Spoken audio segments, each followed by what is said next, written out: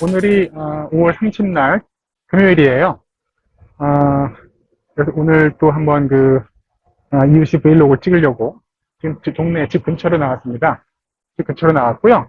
여기에다 일단 차를 세우고 여기서부터 이제 노스로드 쪽으로 가서 그쪽 오솔길을 따라서 버나비 쪽으로 넘어가가지고 제가 제일 좋아하는 코스 중에 하나인 그쪽 버나비 쪽 코스로 해서 이스트 밴쿠버에 있는 그 트라우트 파크까지 일단 한 바퀴 서클을 돌고 오려고 합니다.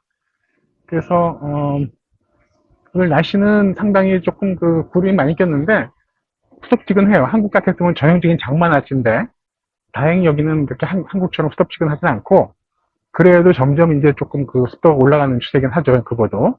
그래서 어쨌든 구름은 많이 꼈지만은 굉장히 화창하고 약간 무더운 날씨입니다. 그렇다고 아주 덥진 않고요. 또 라이드 하기에는 뭐 나쁘진 않을 것 같고요. 일단은 가보겠습니다. 가서 또 중간에서 다시 드론 켜고 진행하도록 하겠습니다. 여기까지 하겠습니다. 자, 일단 액션 캠만 켜고 한번 여기서부터 해서 이제 노스로드 트레일까지 가는 길 한번 찍어 보겠습니다. 일단은 이렇게 생겼습니다. 좀 허접한 곳에 한가한 곳에 차를 세웠고요.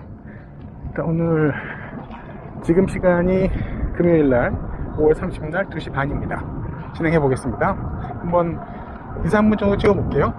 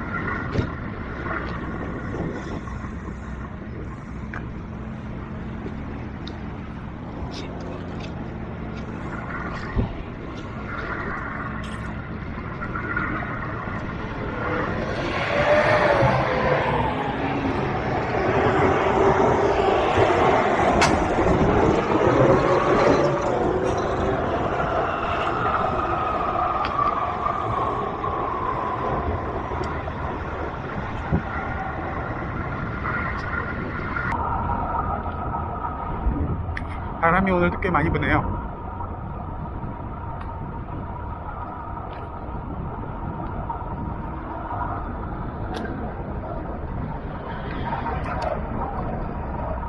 이웃이 타면서 좋은 점은 자전거 전용 바이크 로드를 많이 알게 된다는 점이고요.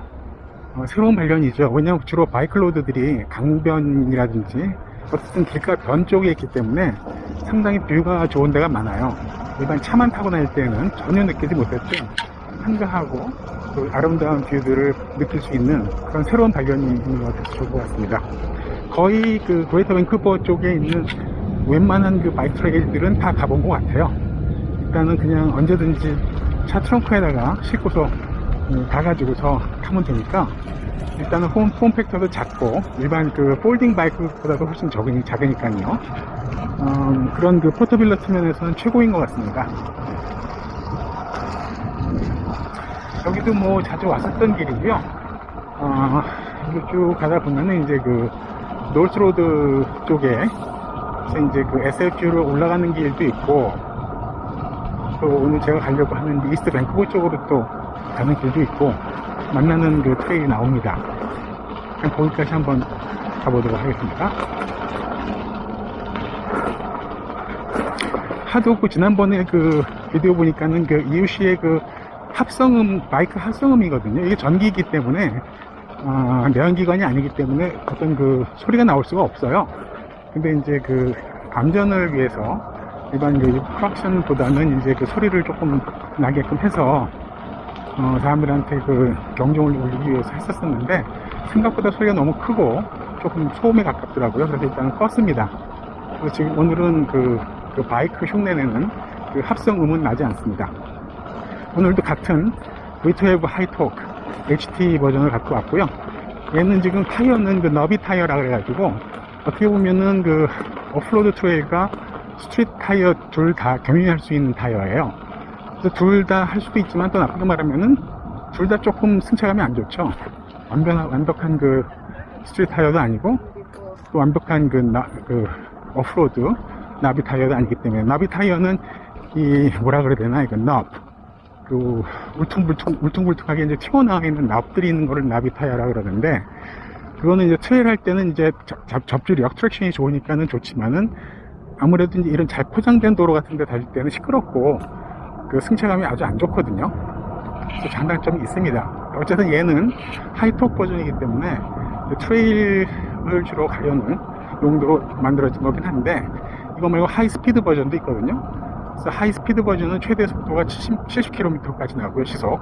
얘는 시속 60km까지가 맥스인데 거의 그렇게까지는 안 달리고요. 맥스는 한 50km 정도로 달리는 것 같아요. 왜냐면 약간 세이프 마진을 둬야 되거든요. 이게 너무 이제 빨리 달리거나 하다 보면 이제 배터리 소진돼가지고 전기가 나가는 걸 소위 컷아웃이라고 그러는데 이 EUC가 가장 단점이 뭐냐면 요즘 나오는 기계들은 다 안전하지만 만에 하나 이제 어떤 경우가 됐든 컷아웃이 되면은 그러면 이 자이로스코프 기능이 스탑이 되잖아요. 자이로스코프 기능이 스탑이 된다는 얘기는 얘가 전후로 앞뒤로 셀프 밸런싱을 못 잡는 거기 때문에 그대로 꼬꾸라지는 거죠.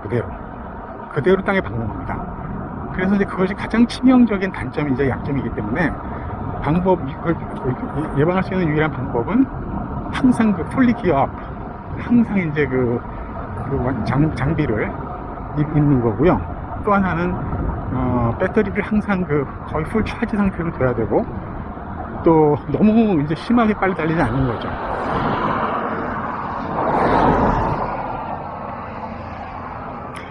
이것만 건너가면 이제 트레일 시작이 됩니다. 여기가 이제 노스로 시작되는 데고요. 이야.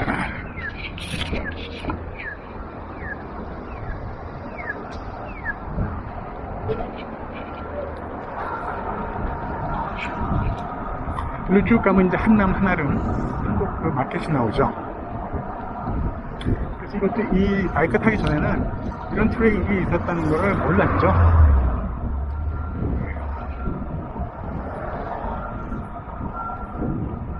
살짝 지금 뭔가 비가 내리네. 햇빛은 나는데 뭐 지나가는 비 같긴 한데 살짝 비가 내리고 있습니다. 자, 일단 여기까지 하고 드론을 켜서 다시 진행하고요. 드디어 이제 노스로드에 있는 그 오사키에 도착을 했어요. 여기서부터 한 몇 킬로 더 되나? 한 4, 5킬로 되려나요? 아주 쭉 길이 이어지고요. 약간 비가 오는 듯 마는 듯 하다가 지금은 또 그친 상태입니다. 일단은 가면서 다시 진행을 해볼게요. 오늘은 EUC에 대한 이야기를 조금 해보려고 해요. 네.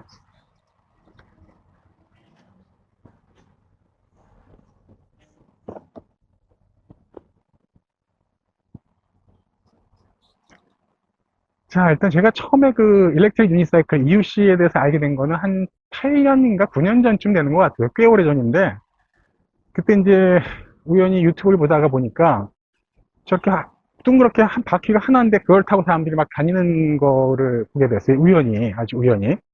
그래서 제가 또 이제 호기심 천국이다 보니까 자, 저게 뭐냐, 상당히 퓨처리스틱하고 혁명적이다 싶어가지고선 바로 이제 이베이에 검색을 해가지고 그 당시에 거의 토일 레벨인 EUC를 한 500불 정도 주고 샀던 것 같아요. 한 8, 9년 전에. 그래서 그거를 가지고 한 3일 동안을 시간 투자를 해서 아들이랑 같이, 그러니까 3일 투자해서 최소한 어떻게 마운트 하는지만 배웠어요. 쉽지가 않습니다. 이게 생각보다. 자전거보다는 당연히 또 더 어렵고요. 무게중심을, 그러니까 마치 모든 게 그 자전거도 그렇고 스키도 그렇고 처음에 시간이 걸리잖아요.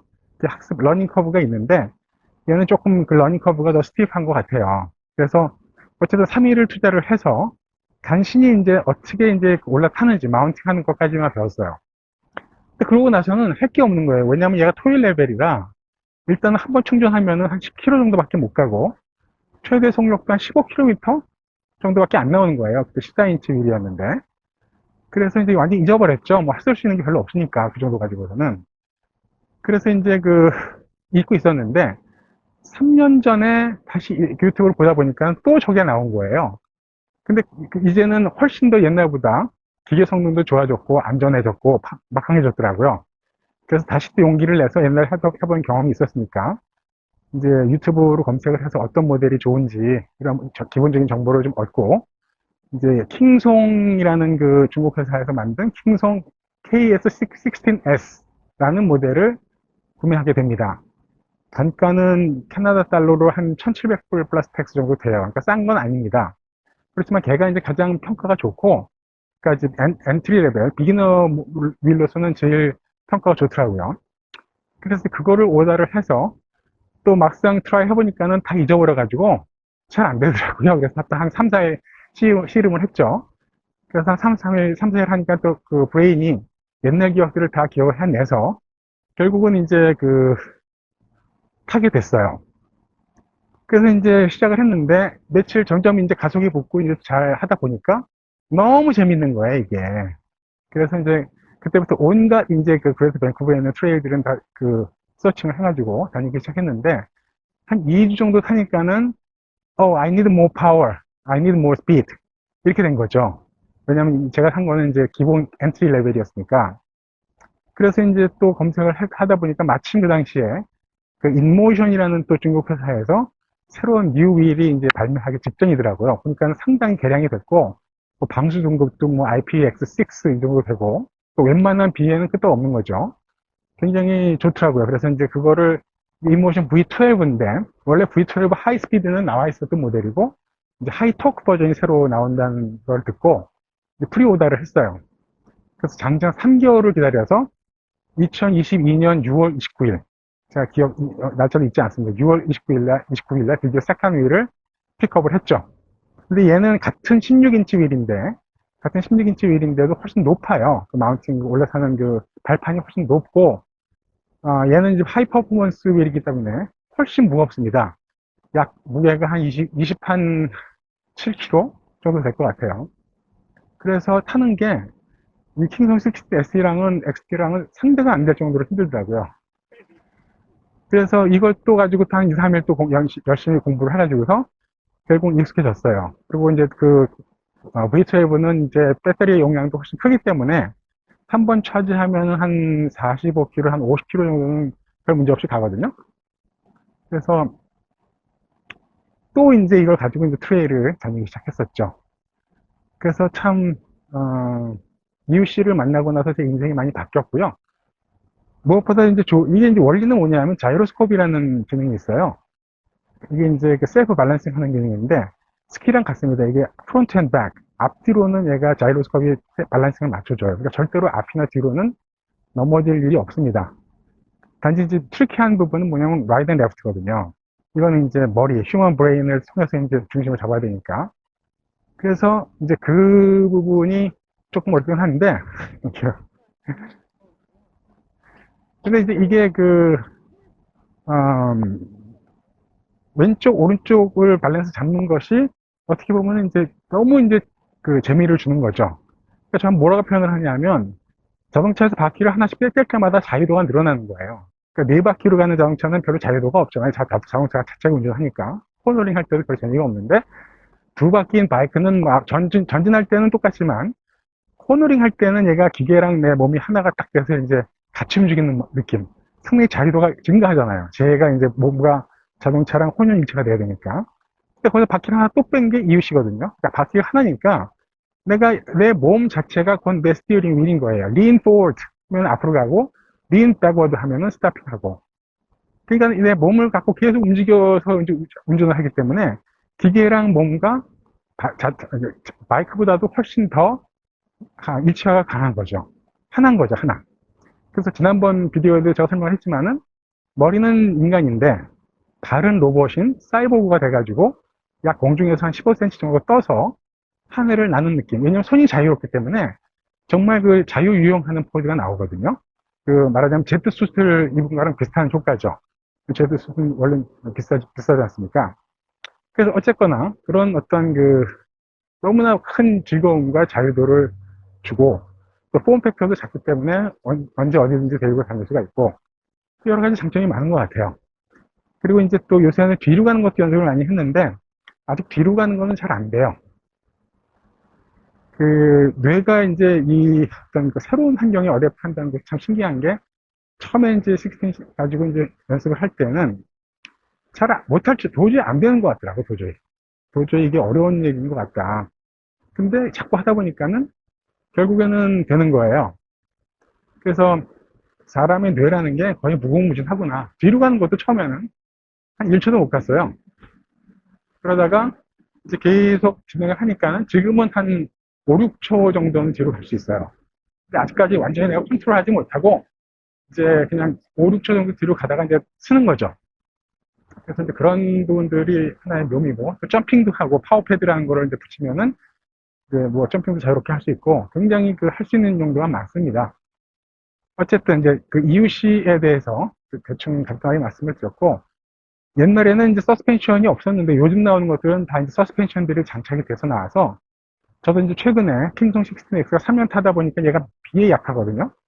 그래서 이제 이거를 대체하는 거로 V9이라는, 같은 인모션에서는 V9이라는 휠을 하나 새로 또 샀는데, 얘는 기본 엔트리 레벨이긴 하지만은 EUC 최초로 UL 마크도 받았고요. 그 다음에 뭐 IPX도 당연히 이제 그 6등급, 7등급 정도 되니까 방수도 좋고, 무엇보다도 서스펜션이 있어요. 기본 그 베이직 휠이긴 하지만. 그래서 서스펜션이 있는 휠을 타보니까 특히 오프로드나 울퉁불퉁한 길을 다닐 때 완전히 버터리 영어로 버터리한 느낌을 받아서 너무 좋더라고요. 그래서 점점 이제 진화하고, 어쨌든 최근 나오는 기계 자체는 점점 이제 그 안전해지는 것 같아요. 단지 문제는 아까 말씀드렸듯이 얘가 어느 순간에 만에 하나라도 전기가 나와서 컷업이 되면은 앞으로 꼬꾸라지기 때문에 당연히 그 손목 보호대, 무릎 보호대, 헬멧 또는 바디 아머까지 철저하게 다 이제 장비들을 갖추고 타야지. 안 그러면은 그게 말하자면 인슈런스죠. 제 몸은 제가 지켜야 되니까. 그래서 항상 탈 때마다 철저하게 그 안전에 대한 수칙은 지키고 있습니다. 네. 자, 일단 여기까지 해서 기본적인 EUC에 대한 설명을 드렸고요. 한 가지 더 드리면은 이제 이게 이제 롱휠도 있는데, 롱홀 휠. 그런 것도 이제 바퀴가 20인치 이상이죠. 거의 24인치짜리 몬스터 휠도 있고요. 그 다음에 이제 배터리 용량이 큽니다. 그래서 한 번 차지하면 90km, 100km, 뭐 120km 이렇게 가는데, 문제는 너무 무겁죠. 거의 뭐 한 40km 넘어가거든요. 그러니까 문제가 뭐냐면 이거를 들어서 차 트렁크에다 넣어야 될 거 아니에요. 근데 이제 그러기가 쉽지가 않은 거죠. 자, 그 트레일이 끝이 왔네요. 일단 여기까지 이슈에 대한 간단한 설명은 마치고요. 또 다음번에 좀 더 가서 수집보도록 하겠습니다. 일단 찍다 보니까 동영상이 너무 길어져 가지고요. 총 한 4부 정도로 나누려고 합니다. 그래서 일단 1편은 여기서 마치고요. 다음 동영상에서 또 뵙겠습니다. 감사합니다.